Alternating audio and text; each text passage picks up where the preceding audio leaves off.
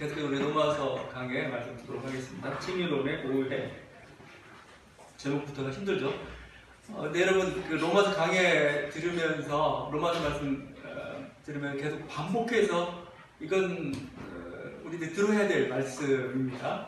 오늘 19절부터 31절까지 읽었지만 뭐 계속 그 말이 그 말 같죠. 그 말을 계속 반복하고 있어요. 율법은 아니다. 오직 믿음으로만 구원을 받는다.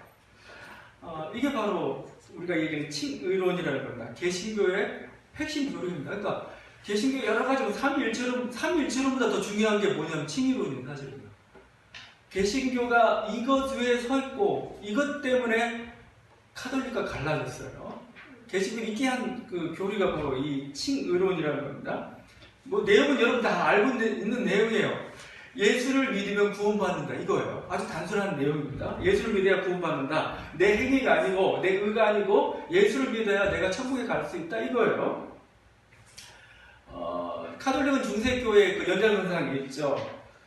카톨릭의 구원을 그냥 우리가 이렇게 얘기합니다. 인간의 선행으로, 인간의 업적으로 구원을 받는다 이거죠. 인간의 선행, 인간의 업적. 뭐 단순히 제가 뭐 선행 업적이 있으니까 뭐 착한 일 많이 해야 돼 그 정도 차원은 아니죠.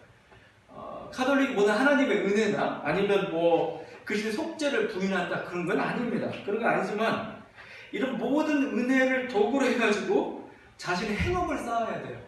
자기 안에 의를 쌓는 거죠. 그렇지 않으면은 천국에 갈 수가 없어요.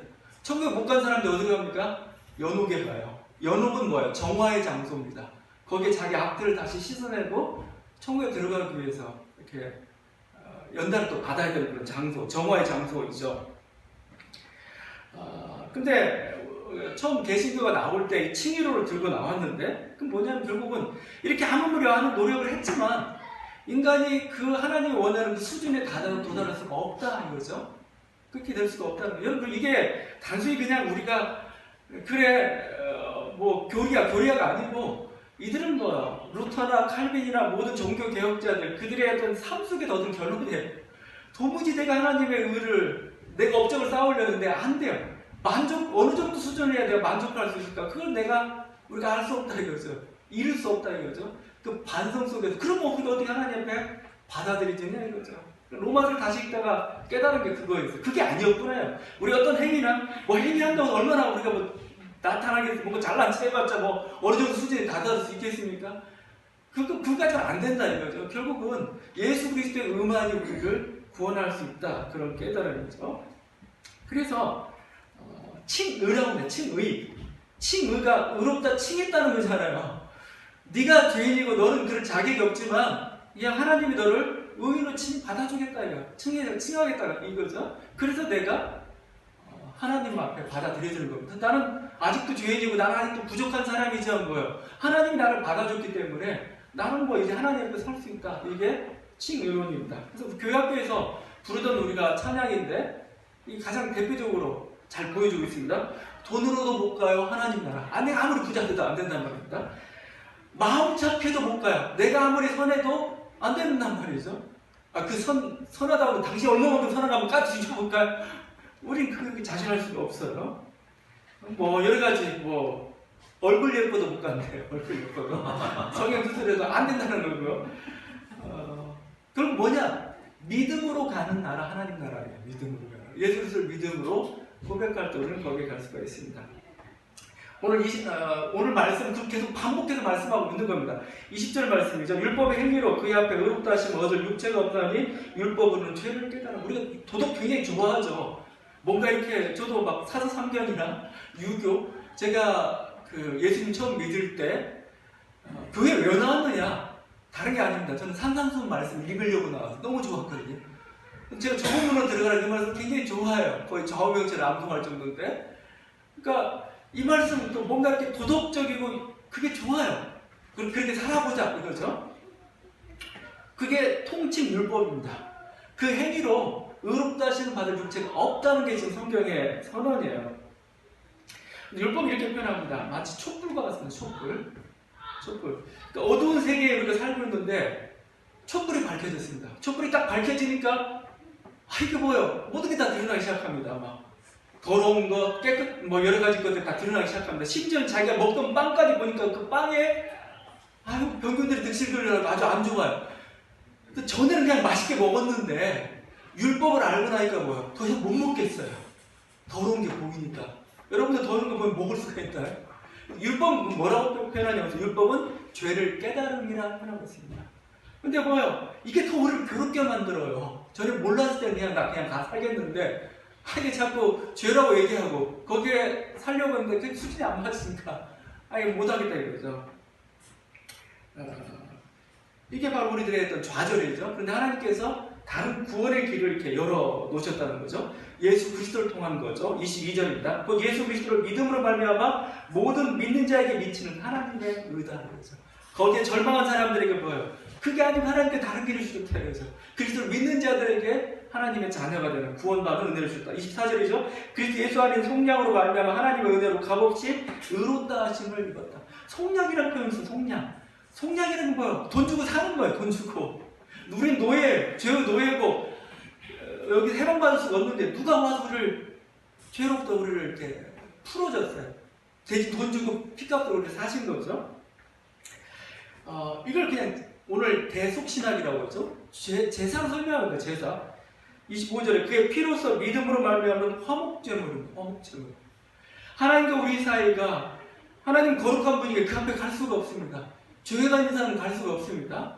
그래서 옛날 제사가 어떤 거예요? 결국은 양을 잡는 겁니다. 희생양을. 우리 희생양이라는 표현을 쓰고 있죠. 왜 희생양이에요? 내가 하나님 앞에 가야 되는데 죄가 있어서 하나님 앞에 설 수가 없어요. 심판을 받아야 돼요. 대신 짐승을 죽이는 겁니다. 짐승을 죽여서 뭐예요? 내 죄를 이 양이 대신 짊어지고 가는 거죠. 지금 이것은 우리 고대 사회뿐만 아니라 현대 사회도 있습니다. 저런 어떤 아직도 미신이나 이런 게 남아있는 거 보게 되면은 이런 희생, 대속이라는 게 내가 죽어야 되는 거예요. 대신 짐승의 피를 드림으로써 자기의 죄랄지 어떤 불운한 운명을 대신하는 거죠.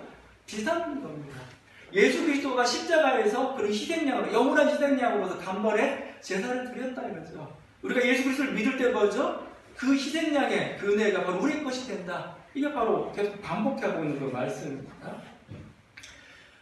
그런 점에서 기독교의 구원만큼 쉬운 게 없어요.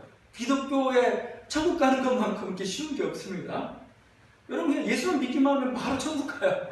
나 예수 믿습니다. 그 고백. 예수 그리스도를 나의 주로 십자가 나의 죄가 용서를 받았다는 그 고백. 예수님 나의 주님으로 받는 그 고백을 통해 하나님 우리를 천국에 들어갈 수 있는 길을 열어주셨어요. 그 예수님 십자가상에서 구원받은 강도가 있죠. 한쪽 편에서. 그게 강도인지 정치범인지 아니면 그냥 파렴치범인지 모르겠지만 그가 죄를 지은 건 사실인데 그가 예수 그리스도를 영접했을 때 믿었을 때 몰라 네가 나와 함께 나만 있으리라 주께서 말씀하셨어요. 과거에 어떤 죄가 있던지 뭐죠. 우리는 구원을 받을 수가 있어요. 근데 모든 종교가 왜 있느냐 이거요. 착하게 살려는 게 종교의 목적이기도 하지만 중요한 것 중 하나가 구원의 문제입니다. 구원의 문제. 나의 죄의 문제죠 이거. 근데 다 어려워요. 이슬람교 같은 데서는 여러분이 어떤 선행하고 악행이 있는데 선행의 양이 많아야 돼. 악행의 양보다 저울로 갈아봅니다. 그래서 선행의 양이 많으면 천국에 갈 수 자기가 주어지는 거고 아니면 못 가고 지옥에 가는 거죠. 무하마드 알리라고 예전에 유명한 권투 선수가 있죠. 그 권투 선수가 독실한 신자이기도 합니다. 이슬람교 신자.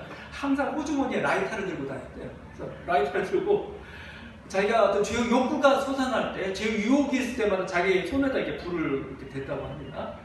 항상 얘기가 뭐냐면 그만큼 지옥은 뜨겁다 이거죠. 내가 이 싸움을 이겨야 된다 이거죠. 행위가 필요한 게 모든 구원입니다. 불교는 말할 것도 없죠. 불교는 뭐죠? 나무아비 답을 한다고 가는 게 아닙니다. 불교는 고행을 하고 자기 부인을 해야 해요. 모든 누구에 쌓인 업들을 자기가 정리를 해야 돼요. 자기 선행과 덕과 모든 헌신과 그 모든 수양 과정을 통해 가지고 그 업들을 다 정리를 해야 돼요. 그래야 구원을 받을 수가 있습니다. 요가도 마찬가지죠. 전에 TV 보니까 어떤 요가승은 그러니까 요가도 하나의 고행이죠. 고행을 통해서 뭔가 이렇게 깨달음이랄지 깊은 세계에 들어가는 거죠. 그래서 자기들만의 방식이 있습니다. 어떤 사람은 옛날에 그래서 수도할 때 어떤 사람은 10년 동안 눕지 않는 사람 장자 부활하거나 눕지 않았다 이런 스님도 있고 어떤 요가승은 제가 TV 보니까 한쪽 팔을 평생 또 들고만 다녀요. 이게 저거 너무 고통스럽게 한다는데 이게 들고만 있어요. 그걸 통해서 자기가 보행과 그걸 통해서 뭔가 자기 부인과 뭔가 이루려는 거죠. 근데 기독교는 얼마나 쉬워요. 그냥 예수만 믿으면 된다고 이러잖아요. 그냥 너무 쉬워요. 요한복음 3장 16절에 하나님이 세상을 이처럼 사랑한 독생자를 주셔서 이를 믿는 자마다 그를 믿는 자마다 멸망하지 않고 영생을 얻게 하라. 믿음으로 우리가 구원을 받습니다. 이건 막 멋있도록 바퀴 들어야 되는 거고, 어떻게 보면 이게 정말 어떻게 보면 사실 이런 그 고백은 그냥 너무 귀중하고 너무 귀중한데 너무 값싸게 들리죠. 그건 왜 그럴까요? 우리의 삶 속에서 자기가 어떤 그 증오의 싸움, 내가 하나님의 어떤 그 수준에 맞춰보는 그런 싸움의 노력 끝에 절망해보지 않은 사람은 이 은혜를 모르는 거죠. 뭔가 아직도 할 수 있다는 자신감을 가지고 있는 사람은 이게 좀 무서울지도 모르겠어요. 그렇지만 뭐죠? 그 끝에 절망한 사람, 도무지 불가능하구나 라고 깨달았던 사람에게 있어서는 이 구원의 은혜가 얼마나 크고 놀라운지 새롭게 다가올 것입니다. 근데 자, 어떻게 보면 제가 오늘 얘기하려는 서론에 불과합니다. 지금부터가 진짜인데, 자, 문제는 이 칭의론 좋아요. 하나님 은혜에 대해서 그리스도 예수에 대한 찬양 속에서 좋은데 이 칭의론이 너무 오해를 많이 받고 있다 이겁니다. 우리가 잘못 오해를 하고 있다는 거예요. 뭐 예컨대 이런 거죠. 마치 한 번 믿으면 뭐죠? 한 번 예수 그리스도를 믿겠습니다. 내가 기도로 그게 세상 사람들 고백하고 나면은, 세례를 받고 나면은 그게 마치 어떤 그 영원한 보증수표를 받은 것처럼 자꾸 생각을 해요. 더 이상 변함이 없는, 그냥 변개할 수 없는 이 극단에 있는 게 구원파죠. 구원파는 예수 그리스도를 믿는 그 순간에 과거, 현재, 미래 모든 죄들이 다 용서함을 받았기 때문에 이제는 뭐예요? 더 이상 뭐예요? 우리에게 죄가 없다는 겁니다. 정죄가 없다는 겁니다. 근데 이 논리들을 보게 되면 결정적인 게 뭐가 있냐면은 하나님이 없어요. 여기는 법칙만 있습니다. 법칙. 여러분 한번 쫙 보세요. 무슨 법칙만 있어요. 뭐 사형리도 잘못하면 항상 그런 체계를 가질 우려가 항상 있는데, 믿음의 법칙이란 것만 있지 거기에는 하나님은 없어요. 하나님의 어떤 주권, 하나님과 어떤 인격적인 만남, 관계 이런 것들은 다 사라져버리고 있어요. 법칙입니다. 하나님의 이 법칙 앞에서는 꼼짝 못하는 마치 이런 것처럼 보이고 있어요. 두 번째로는 이런 게 있죠. 죄를 너무 가볍게 취급한다는 겁니다. 두 번째, 우리가 이 칭의론이라는 게, 그래서 이 칭의론 잘못돼가지고 가해자의 신앙이 돼버렸어요. 가해자. 보통 죄를 지은 사람들은 가해자죠. 왜냐면 죄라는 게 결국 뭐예요? 하나님 앞에 죄도 있겠지만 다른 사람에게 뭔가 피해를 입힌 거 아니겠습니까? 근데 뭐예요? 용서해준다는 말이죠. 그러다 보니까 이 신학이라는 게 가해자의 신학이 되어버렸어요. 피해자, 지금도 어떤 살인 당한 자죠. 그 가족들의 고통들은 다 사라져버리고, 그냥 살인범일지라도 뭐예요? 내가 예수 그리스도를 믿기만 하면 구원받는다 이거죠. 그리고 오히려 반대로 용서를 강요해요. 피해자들한테 너 용서해줘라 이거죠. 여러분이 그래서 여러분 목회자를 굉장히 많이 사랑하죠. 목회자가 잘못했어요. 그래서 누가 저 사람 잘못했다고 막 하면은 성도들이 대부분 어떤 반응인 줄 아세요?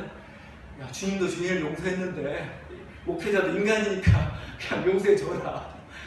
이 논리가 굉장히 강해요, 여러분. 제가 얘기했지만 실제 사례입니다. 어느 교회에 있었어요. 그 목회자가 여러 가지 거짓에 학력 사칭에 여러 가지 것들을 했습니다. 그래서 뭔가 막 비판하는 소리가 막 울리는데 항상 나오는 게 주님도 죄 없는 자가 누구 있느냐, 용서하자, 뭐 이런 식으로 가는 거죠. 너무 가해자에 대해서 뭐 이렇게 쉽게 용서하는 그 논리로 가고 있어요. 그 다음에 자기 함대로도 가죠. 내가 죄를 지었어도 어쩔 수 없어, 뭐 이렇게 합리화도 가기도 하죠. 마지막으로 한 번 더 언급할 게 이 믿음과 그래서 행함의 관계입니다. 믿음과 행함. 행함이라는 것은 제가 워치만이 옛날 책을 보다가 느낀 건데, 워치만이 막 행함이라는 단어만 나오면 막 극단적인 노이로지는 사람 보여요. 이 행함이죠. 인간은 할 수 없다. 항상 인간은 할 수 없답니다. 제일 먼저 나오는 게. 근데 뭔가 할 수 있다라고 나오게 되면 갑자기 막 눈을 부라리면서 의심해요. 저건 자기유다. 저건 교만이다. 그죠? 그게 어떻게 보면 인간에게 물론 겸손하게 만들 수 있겠지만 어느 때는 선행에 대한 어떤 무능력, 그러니까 이거죠. 막 그 선행을 통해서 구원받아야 하는 사람이 느끼는 그 선행하고 이제 선행을 안 해도 되고 믿음으로 구원받은 사람이 선행을 하는 것은 굉장히 무게가 다릅니다. 막 하다가 힘들면 그만두잖아요. 어차피 인간은 그런 건데 다. 그래서 이런 식의, 아니면 또 자기가 죄를 저질러 놓고서 그래 하나님 저는 어쩔 수 없죠. 저 인간입니다. 가입과 같은 거죠. 죄 저질러 놓고 제가 주께 범죄하였나이다. 주님 용서해 주면 하고 뭔가 이렇게 어떤 선행에 대해서 무게가 이렇게 많이 사라지고 있는 모습인데, 근데 여러분 로마서를 한번 읽어보면 좀 로마서가 행위에 대해서 이렇게 아니라고 얘기하는, 오늘 여러분 잘 봐야 될 게 지금 행함과 믿음이 부딪히고 있는 게 아닙니다. 율법의 행함입니다. 좀 얘기를 해볼 겁니다. 로마서는 행위에 대해서 굉장히 강조해요. 크리스찬들의. 나중에 보면 알겠지만 로마서 12장 21절 악에게 지지 말고 선으로 악을 이기라. 로마서 13장 10절 사랑은 이웃에게 악을 행하지 아니하나니 그러므로 사랑은 율법의 완성이다. 너 원수를 용서해. 원수를 용서하기 쉽습니까? 용서하라는 그런 행함을 요구하고 있어요. 자, 그러면 뭐가 문제냐 이겁니다. 뭐가 문제냐? 지금 칭의를 우리가 오해하고 있는 게 자꾸 모든 행위에 예수님이 아니다라고 선포하고 믿음만 있기다. 그게 아니죠. 지금 부딪히고 있는 건 율법의 행위하고 그리스도의 믿음이 부딪히고 있는 겁니다. 행위 논리를 가지고 뭔가 할 수 있다고 얘기하는 그 율법주의자들하고 지금 뭐죠? 오직 그리스도 믿음으로 우리들이 그리스도를 주로 모심으로써 뭐죠? 새롭게 된 하나의 어떤 우리 새로운 교회라는 공동체죠. 그들이 가지고 있는 그거의 어떤 구원과 지금 충돌하고 있는 거죠. 그러니까 행위가 모든 행위에 대해서 반박하고 있는 게 아니고 율법을 통해서, 율법의 행위를 통해서 뭔가 이룰 수 있다는 사람, 그래서 율법을 아직도 찬양하고 있고 율법에 대해서 소망을 가지고 있는 그들을 향해서 아니다라고 얘기하는 거예요. 그런 면에서 행함이지 모든 행함을 아니다라고 얘기하고 있는 게 아니죠. 자, 제가 차라리 그래서 좀 믿음이라는 단어 쓰지 말고 차라리 순종으로 바꿨으면 좋겠어요. 순종이나 충성이라는 단어로 바꿨으면 좋겠습니다. 제가 이제 설교하려는데 드디어 본론으로 들어가고 있는데 이게 왜 그러냐면은 여러분이 오늘 읽은 말씀이 여러분은 뭔가 이해했다고 생각하는데 여러분 이해 거의 못했을 겁니다. 왜냐면 말이 너무 그 말이 그 말이 너무 반복되는 것 같아요. 오형 문제 좀 다뤄보려고요. 성경을 지금 제대로 번역하고 있는지 좀 보려고 합니다. 오늘 굉장히 더운 날인데 여러분 머리를 더 뜨겁게 좀 하려고요. 지금 여러 구절들에 대해서 번역상의 문제가 오니까 너무 칭의로운 어떤 그 믿음과 행함, 그 대립 구조 속에서 이렇게 번역하다 보니까 이런 일이 발생을 했는데, 문제가 되는 구절이 세 구절이 있습니다. 22절, 25절, 26절인데 한 구절씩 좀 보려고 해요.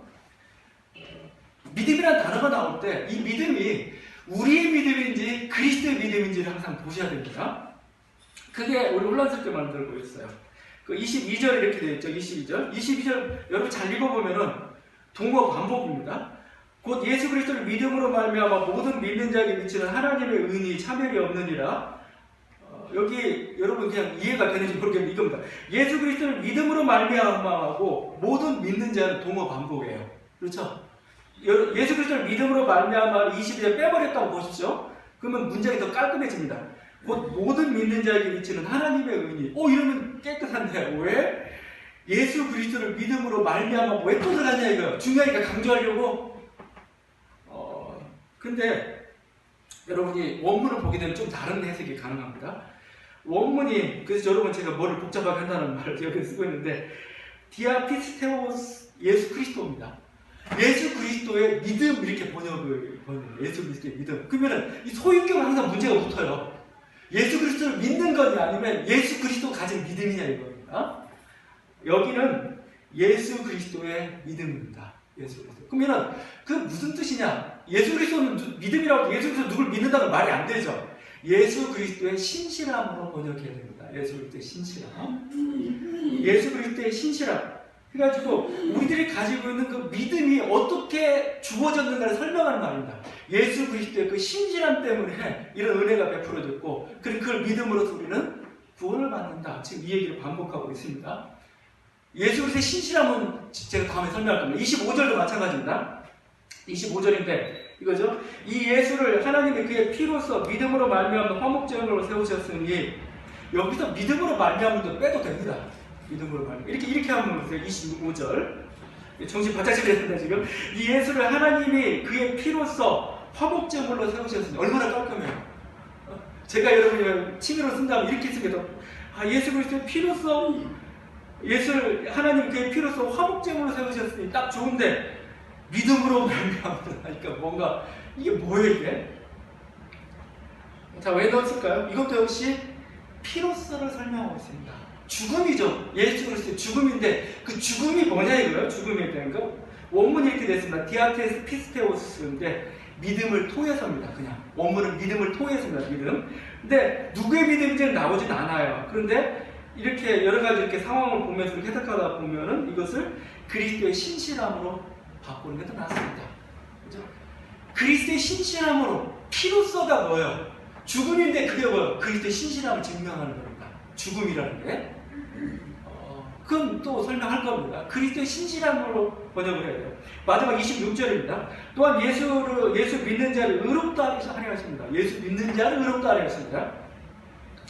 얘도 좀 더 복잡한데, 그 예수 믿는 자의 원문이 이런 겁니다. 톤 에크 피스테오스 예수 이렇게 되어 있죠. 직역하면 뭐냐면 예수의 믿음으로부터 나온 자들. 그냥 예수 믿는 자들이 아니고 예수의 믿음을, 에크란 전치사가 쓰였습니다. 뭐뭐로부터입니다. 예수 그리스도의 믿음으로부터 나온 자들, 이런 표현을 가지고 있습니다. 그러면 이 믿음은 누구의 믿음이냐? 예수의 믿음입니다. 예수의 신실함으로부터 나온, 좀 이렇게 번역하고 싶어요. 예수의 신실함에 속한 자들, 예수의 신실함을 따르는 자를 하나님께서 의롭다 하셨다는 겁니다. 자, 제가 자꾸 지금 믿음을 자꾸 순종으로 바꾸자는 이유가 뭐냐면은, 지금 믿음이라고 할 때 그 믿음의 하나의 모범이 예수 그리스도의 믿음입니다. 근데 예수 그리스도의 믿음이 순종으로 나타나고 있습니다. 그건 제 해석이 아니고 나중에 로마서 5장에서 이렇게 해석합니다. 예수 그리스도를 어떤 분으로 표현하고 있냐면은, 로마서 5장인데 한 사람이 순종하지 아니함으로 많은 사람이 죄 있는 것 같이 한 사람이 순종하심으로 많은 사람이 의인이 되었다. 그렇죠? 그리스도의 신실함은 뭐예요? 순종입니다. 순종. 하나님 앞에 순종이죠. 하나님 앞에 신실한 삶의 모습, 그걸 뭐예요? 순종, 그걸 믿음이라고 표현하고 있는 겁니다. 이 믿음의 내용이 어디에 나와 있느냐? 제가 로마서 쪽 읽고 하다 보니까 빌립보서 2장이 가장 나타나 있어요. 예수 그리스도의 신실함이 뭐냐? 예수 그리스도의 믿음이 뭐냐? 그걸 왜 순종으로 표현하고 그 순종 하나님께서 기뻐하셨는가? 그게 어디에 나와 있는가?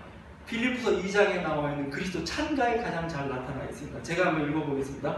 너희 안에 이 마음을 품으라. 곧 그리스도 예수의 마음이니 그는 근본 하나님의 본체시나 하나님과 동등됨을 취할 것으로 여기지 아니하시고 오히려 자기를 비워 종의 형체를 가지사 사람들과 같이 되셨고 사람의 모양으로 나타나사 자기를 낮추시고 죽기까지 복종하셨으니, 복종이죠 여기, 곧 십자가의 죽으심이라.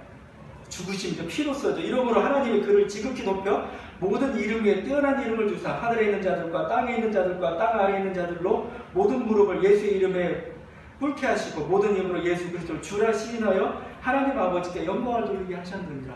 그리스도께서 하신 일, 그리스도께서 부활이 어떻게 높임을 받으셨는가, 그렇죠? 이제 뭐죠? 예수 그리스도를 모든 만물의 주님으로 세우셨고 예수 그리스도를 주로 시인하는 자들, 주로 고백하는 자들을 뭐죠? 하나님의 백성으로 삼으셨어요. 그게 하나님의 의입니다. 하나님의 구원이에요. 그러니까 여러분이 믿음이라는 게 결국 뭐예요? 별생이라는 결국은 그 예수 그리스도의 순종이 가장 기본이 되고 있다는 겁니다. 우리도 뭐예요? 우리도 믿음이라고 고백할 때 순종입니다. 순종. 제가 지난번도 얘기한 로마서 10장의 믿음의 정신을 이렇게 표현하고 있죠. 우리가 전파하는 믿음의 말씀이라 네가 만일 내 입으로 예수를 주로 시인하며 또 하나님께서 그를 죽은 자 가운데 살리신 것을 내 마음에 믿으면 구원을 받으리라. 여기 핵심이 어디 있습니까? 예수 그리스도를 주로 시인하는 겁니다. 이게 믿음입니다. 예수 그리스도를 주로 시인하는 우리는 뭐예요? 그의 종이 되는 거고, 주와 종은 뭐예요? 한 백성인 거고, 그들은 뭐 하나님의 자녀고 구원받은 사람들인 겁니다. 그러니까 그리스도를 주로 모시는 것, 이게 뭐? 이게 믿음이에요. 이 믿음은 뭐예요? 그냥 어떤 머리나 입이 아니에요. 순종이에요. 순종. 이건 오히려 그리스도의, 저는 순종을 좀 더 넘어서 다른 말로 표현하겠습니다. 충성입니다. 충성. 예수 그리스도는 하나님께 충성했던 사람입니다. 이제 뭐죠? 그리스도 믿는 자는 뭐예요? 그리스도께 충성하는 사람입니다. 이게 바로 믿음입니다. 우리가 피스티스라는 믿음이라는 단어를 쓰죠. 믿음, 피스티스인데 라틴어는 피데스입니다. 피데스라는 단어를 많이 쓰고 있습니다. 심지어 라틴어 가운데 피데스라는 여신이 있어요. 그리고 고대 로마사에 보게 되면은 여신의 이름, 그 피데스라는 신의 이름으로 동전이 만들어지고 그 뒤편에는 로마 황제 아우구스투스가 딱 상이 있습니다. 그럼 동전들도 발행이 됐습니다. 자, 그럼 왜 그러느냐? 믿음이란, 충성이라는 단어, 이게 이 로마사에는 믿음으로 표현하지 않고 충성으로 표현합니다. 오히려 이게 굉장히 중요한 단어인데 왜 그러냐면은 로마 황제 아우구스투스는 믿음 있는 사람이에요.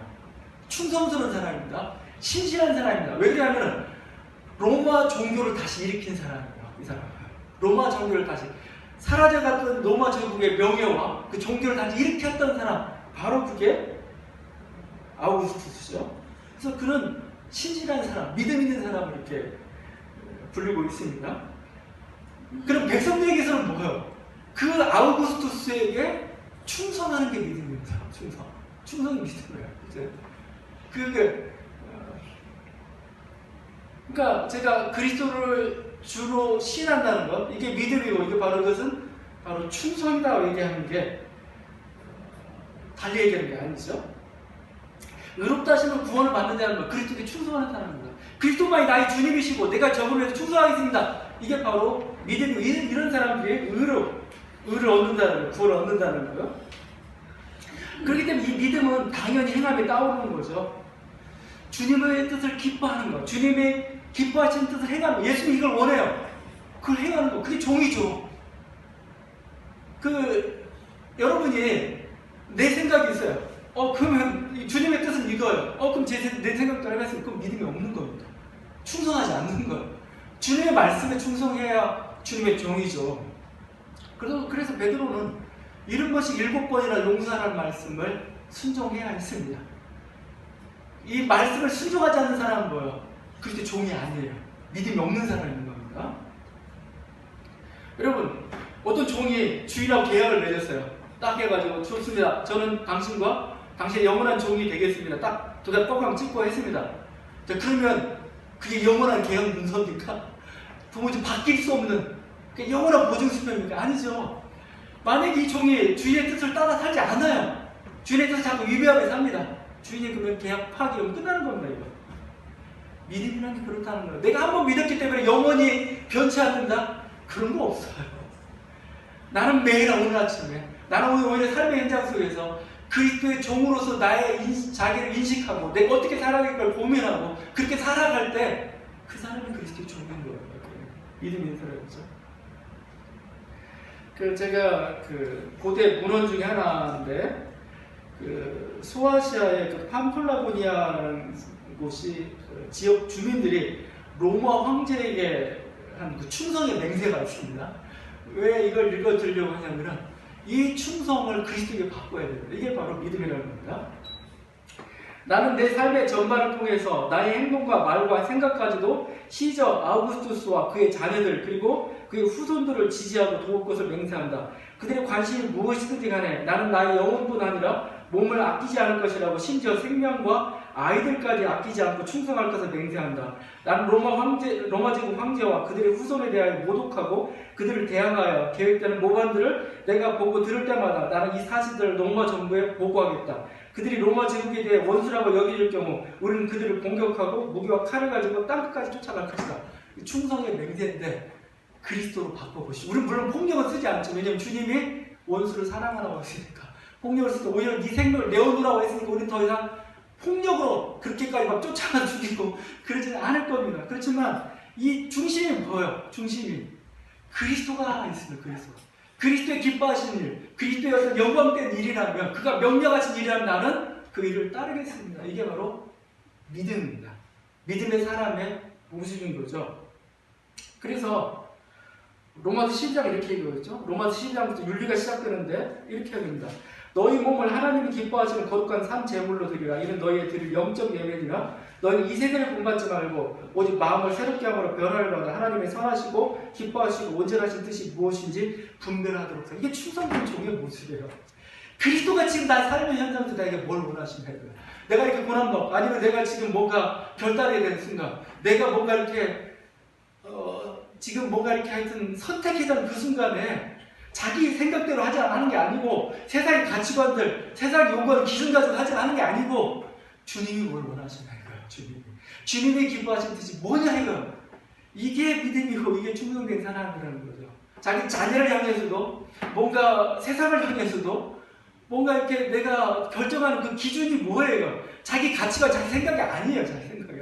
그리고 우리가 보통 하나님 말씀으로 얘기하는 거죠. 이 말씀을 가지고 내가 이 말씀을 어떻게 순종해야 할까? 주님이라면 뭘 원하시는가? 내가 나를 여기에 주의 종으로 삼았고 나는 주님의 종인데 주님의 종으로서 나는 어떻게 해야 되냐 이거. 내가 학문을 하면서 내가 사업을 하면서 내가 직장 현장 속에서 내가 가족과의 어떤 인간관계 속에서 뭘 기뻐하냐 이거죠. 나의 기분 내키는 대로 행하지 않고 그걸 생각하는 사람이 그리스도의 종이고 그게 바로 믿음인 거죠. 믿음. 이런 사람들 그리스도 종이라고 하고 그 종들이 뭐예요? 결국은 하나님의 의롭다. 그러니까 하나님의 종이 되었다는 것, 그리스도의 종이 됐다는 것, 하나님의 백성이 됐다는 것, 하나님의 자녀가 되었다는 것, 전부 구원받았다는 거죠. 이걸 다른 식으로 보면 의롭다는 표현을 쓰고 있는 겁니다. 이런 사람들을 그리스도를 주로 모시고 그리스도의 말씀에 순종하는 사람들을 구원받았다고 얘기하고 의롭다고 얘기하지 율법이나 자기 생각이나 이 세대의 가치관을 쫓아가지고 뭔가 여기서 뭔가 할 수 있을 거라고 그런 희망을 가지고 있는 사람들 아니라는 겁니다. 그거에 대해서. 여러분이 분명히 무엇을 쫓아가고 있는지 여러분 가장 그 생각 중심이 무엇이 있는지 한번 살펴보시고 우리들이 그런 그 위기 속에서 어떤 결단의 순간 속에서 주의 기뻐하신 뜻을 행할 때 바로 그 사람이 바로 온전한 믿음을 가진 사람들이고 바로 이게 하나님께서 그를 의롭다 인정하신다라고 말씀하고 있습니다. 다시 한번 하나님께서 주신 베푸는 너무나 놀랍습니다. 오늘 우리들이 할 수 없는, 우리들 연약한 할 수 없는 그 가운데서 우리를 하나님의 정말 값없이 은혜로 그 자녀 삼아 주셨습니다. 그리스도의 사람이 되었기에 이제 주께서 원하시는 것은 그리스도 사람답게 살라고 말씀하고 있습니다. 이 은혜는 저희들입니다.